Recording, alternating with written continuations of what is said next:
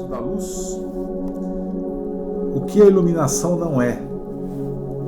Esse tema, continuação do podcast anterior, o segundo dessa série, ele busca trazer uma reflexão sobre um conceito que ele é muito contínuo na nossa sociedade, eu diria que de uma forma geral, na forma de nos relacionarmos, né?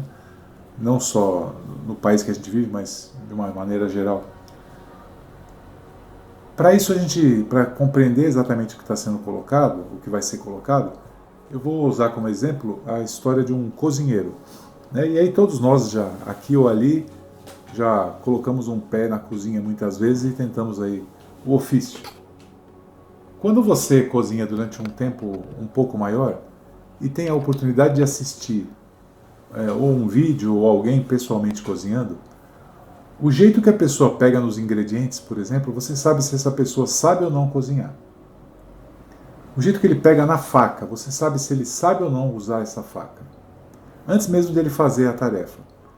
Isso vale para qualquer profissão, né? O profissional de determinado setor, pela própria postura, quando ele assiste um vídeo, por exemplo, de alguém na mesma área que ele atuando, pelo vídeo, a maneira que a pessoa se comporta muitas vezes, ele já sabe se o camarada sabe ou não exatamente realizar aquela tarefa. Todos nós sabemos e percebemos isso no nosso cotidiano. Isso vai de limpar uma casa a pilotar uma nave espacial. Portanto, para que eu reconheça a legitimidade de um processo, eu tenho que estar inserido nele. Para que eu reconheça que alguém sabe cozinhar, eu tenho que cozinhar. Quando eu falo de fatores espirituais, isso ganha uma dimensão maior e ao mesmo tempo um grau de complexidade.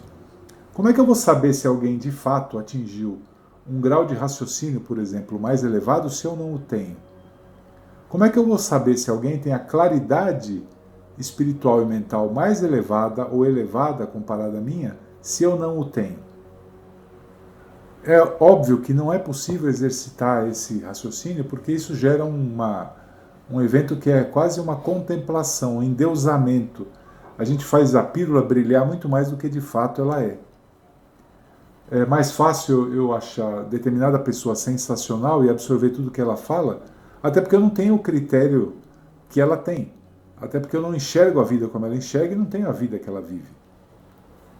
Então é difícil eu saber se essa experiência que eu tenho, ela de fato, ela é verdadeira e legítima. Portanto, quando eu falo de processos espirituais, e nesse caso, sobretudo sobre a iluminação, é mais fácil eu entender o que não é a iluminação do que o que é a iluminação. Porque eu não sou iluminado. É mais fácil eu tentar perceber comportamentos e padrões que podem me levar ao engano de achar que determinado comportamento e padrão é iluminado quando de fato não é. Acho que o ponto que você está levantando é o cerne da questão, né? Porque a gente não se arroga em nenhum momento o direito de se sentir ou se achar que chegou lá, né? Chegou lá, exatamente.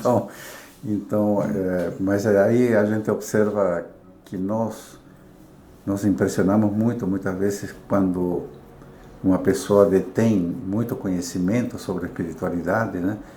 E faz uma palestra ou faz uma dissertação e a gente fica assim impressionado, né? Fala, poxa vida, esse cara, né? Olha quanto conhecimento eu tenho, o cara é iluminado, né? Exatamente. Eu gostaria de ser igual que o cara, né? Será mesmo? Né?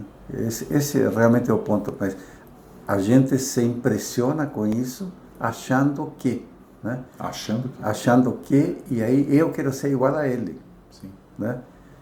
Eu já me deparei com pessoas que têm uma memória invejável, né? Uma memória fantástica. O sujeito lê um livro e fica com esse livro gravado na cabeça e depois ele dá palestra sobre aquilo. Mas quando você entra um pouquinho no âmbito comportamental, no cotidiano, né? Você começa a se decepcionar, né? Você fala assim, puxa vida. Então há uma dicotomia, há uma diferença, né, entre aquilo que se fala e aquilo que se faz, não é? Então a gente precisa tomar muito cuidado, porque, e aquilo que você fala, eu acho que é mais importante a gente focar então fortemente em padrões, comportamentos e situações que a gente saiba que isto não é iluminação, que isto vai ser mais fácil para eu entender, não é? Mais próximo da gente também, Pois é. né? Então, quando eu vejo uma pessoa que recita frases maravilhosas, termos, autores, gurus, né? E eu fico impressionado, não é para ficar impressionado.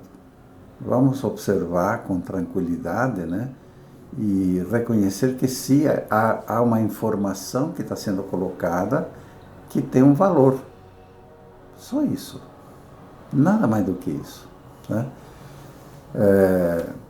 Uma pessoa que se acha, por exemplo, especial ou mais evoluída que as outras, isso não é iluminação, né? Nem de maneira alguma. De maneira nenhuma.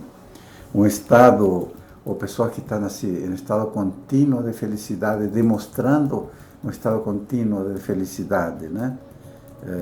Uma pessoa que aparenta não ter conflitos internos. Será que atingiu a iluminação? Mas o pior é que isso dá um brilho. Pois é. Engana. Pois é. Né? A gente sabe que tudo isso podem ser filtros, podem ser máscaras, podem ser um monte de outras coisas. Então, a gente está levantando esses pontos para a gente ficar atento, né? E não presumir, se a gente não entende ainda profundamente o que seria um estado de iluminação, né? A gente vai chegar a tangenciar ou mais um ou dois podcasts, a gente vai falar um pouquinho daquilo que a gente entende, né? Pelo menos a gente saboreia um pouquinho daquilo que poderá ser um estado de iluminação, né? Por enquanto a gente foca aquilo que não é. Então, são comportamentos assim, pessoas que repressam emoções, por exemplo, finge serenidade, pessoas que fala calma, né? Será? Né? Você sabe que isso que você está falando é interessante? À medida que você estava falando, eu estava pesquisando. O budismo aborda isso com uma certa propriedade, né? Uhum. Um dos sutras do Buda, Kalana Sutra, em que ele propõe um questionamento. Ele, em essência, ele pergunta: até que ponto eu devo acreditar em algo só porque alguém me disse? Isso. Até que ponto eu tenho que acreditar em algo porque uma pessoa mais velha me disse? Até que ponto eu tenho que acreditar em algo só porque está escrito num livro que você falou que é um livro importante? Isso é um pensamento que ele abala as estruturas de onde vivemos, né? Uhum. E ele conclui, ele fala assim: aquilo que primeiro você contemplar e depois refletir, se aquilo ecoar no seu coração, aquilo é uma verdade e você tem que levar para a sua vida. Mas sem a contemplação, quer dizer, sem que eu observe o fato em si. Muitas vezes nós somos arrastados, né? Você vai numa marcha evangélica, por exemplo, em que tem milhares e milhares e milhares de pessoas todas uniformizadas e cantando, você se vê arrastado por um turbilhão de emoções e acabam levando muitos, porque acha aquilo grandioso demais, né? Você em momento algum raciocina. Não há primeiro você não contempla, a gente está perdendo a contemplação, né? Você citou a situação perfeita. Primeiro contempla aquilo que tem ressonância com o teu coração, você absorve como verdade. Sim. Essa verdade você vai colocá-la em prática. Sim. Uma vez que você experimenta, isso poderá virar conhecimento seu. Mas não é para ser igual ao outro. Não, sobre seu prisma. Sobre o seu prisma. Né? Você vai tirar conclusões em cima daquilo que você está experimentando. Este é seu conhecimento, sim, fruto da sua experiência. Exato. E não aquilo que vem como informação, né? Quando eu recebo uma informação, um conhecimento passado por um outro ser humano, para mim isso é uma informação. Se tem ressonância com meu coração, eu assumo isso como verdadeiro. Para quê? Para ser experimentado. Vou colocá-lo em prática e vou tirar minhas deduções. A partir desse momento eu vou dizer: eu conheço isto, porque eu experimentei. Não só a palavra, né? Não só a palavra. A palavra é uma informação que está vindo, né? E nós recebemos informações cotidianas de N fontes. Então, muito cuidado quando a gente usa esse termo, puxa, fulano é iluminado. Primeiro porque a iluminação, né, o termo carrega um status egoico. Não é verdade? E a gente sabe, deduz, né, que a iluminação deve estar longe do ego, né? A gente acha isso. Mas, enfim, comportamentos egoicos absolutamente não devem fazer parte de um ser com um nível de consciência elevado. É importante a gente falar que, quando a gente está falando de iluminação nesse aspecto, fundamentalmente sobre aquilo que eu entendo como sendo iluminação, né?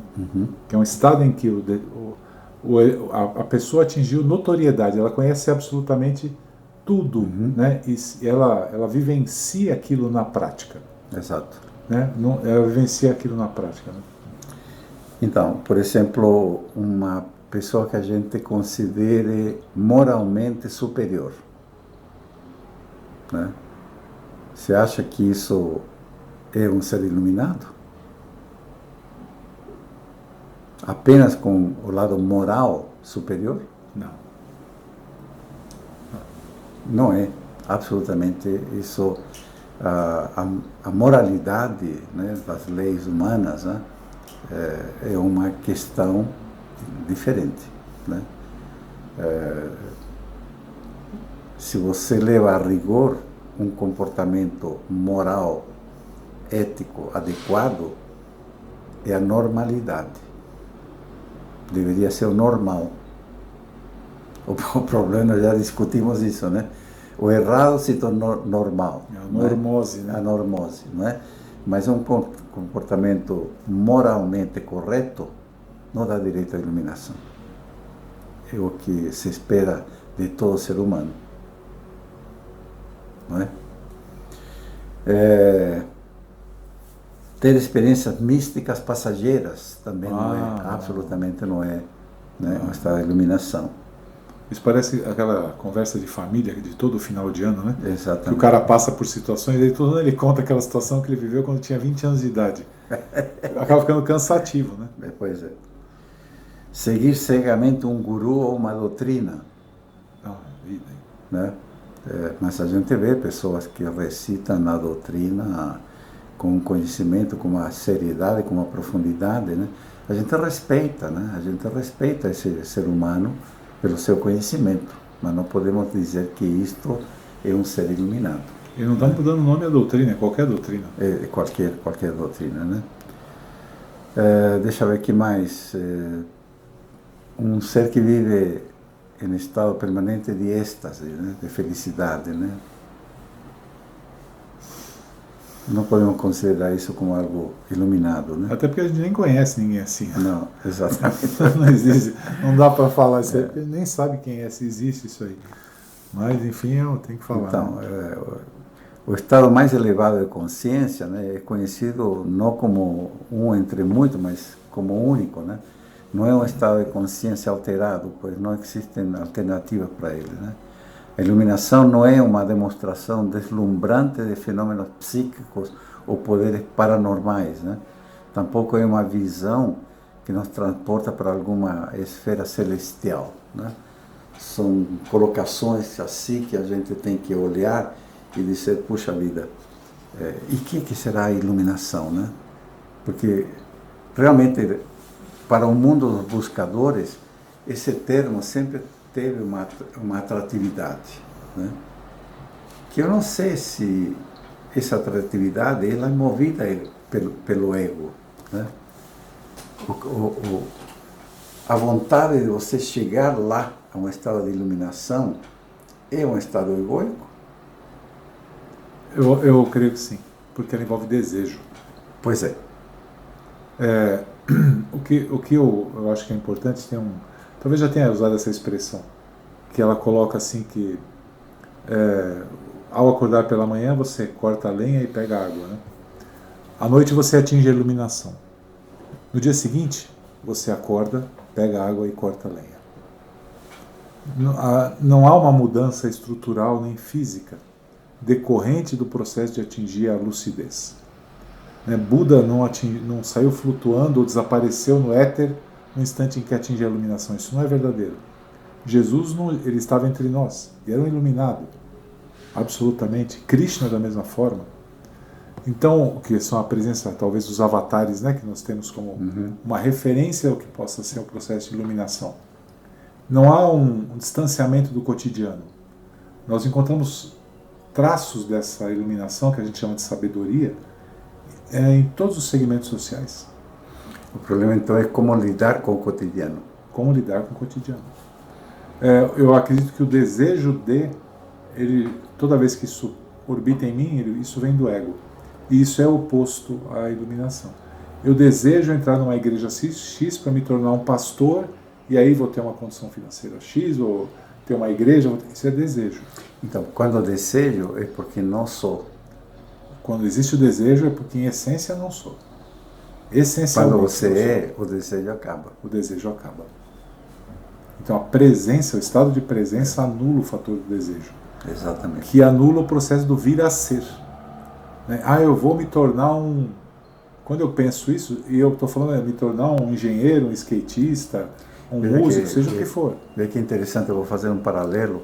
Quando você... Isso que nos ouve pode corroborar no seu âmbito, Quando você busca conhecimento sobre um tema, por exemplo, sobre qualquer tema, até do lado profissional, você não conhece o tema, então você vai procurar. Você começa a ler, começa a estudar, faz faculdade, o que seja, e você começa a absorver informação.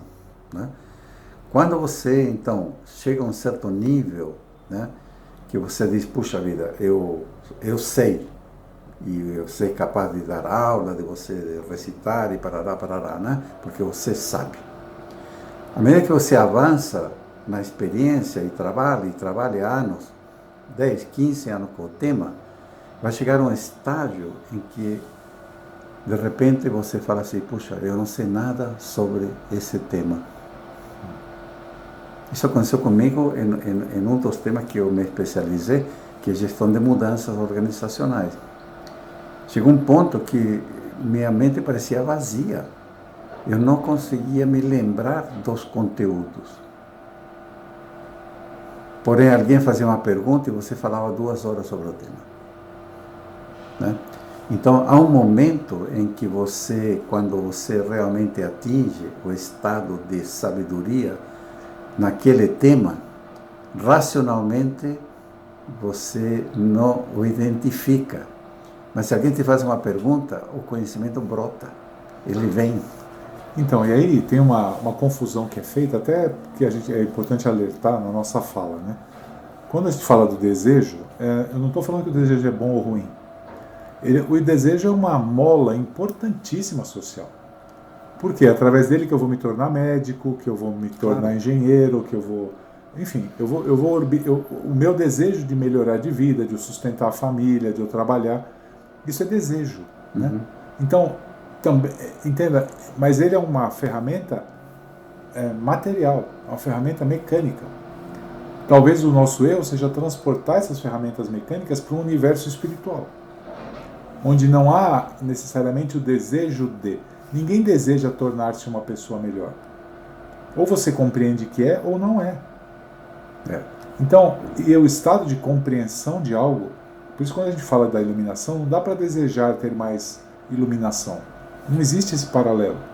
Porque isso é um estado de compreensão profunda, de reflexão profunda da nossa existência e da minha essência. É perceber onde eu me encaixo nesse processo todo. Porque a gente sabe, por experiência e também por estudo, enfim, mas que todas as realidades possíveis estão manifestas agora. Tudo está manifesto agora, a gente sabe disso. Se tudo está manifesto agora, por que eu não vejo? Um outro exemplo que eu acho que é bacana e que é comum a todos, que é a leitura. Se você ler um livro hoje, você vai ter uma compreensão X. Daqui 2 anos, você vai ter uma outra compreensão. Totalmente diferente, Mas o interessante qual é? Essa compreensão nova que você tem, não é o livro que está te dando nova. É você que mudou a sua compreensão. O livro é o mesmo, então essa compreensão já estava no livro. E quantas outras compreensões ainda estão no livro eu não consigo enxergar. Por que eu não consigo ver essas camadas de conhecimento? Porque eu não estou. Eu desejo aprender. Exatamente. Eu não estou. Então, o nosso processo, esse processo de contemplação, ele envolve o estar. Isso é que é importante quando a gente fala que se depara numa realidade nova, você tem que estar.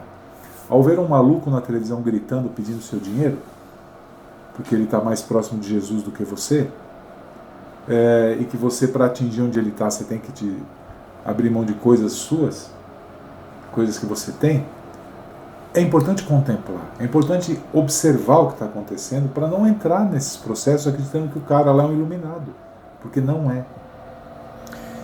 Levando essa tua fala ao extremo, e pensando e observando de que a expansão de consciência é infinita, Sem dúvida. né? Como que a gente pode dizer que iluminação é um ponto de chegada? Não é. Exatamente. Não há chegada. Não há chegada, porque é um processo contínuo de crescimento, né? Mas a gente vai um pouquinho mais para frente tentar enxergar um pouquinho mais de perto aquilo que se vislumbra como um processo de iluminação, né?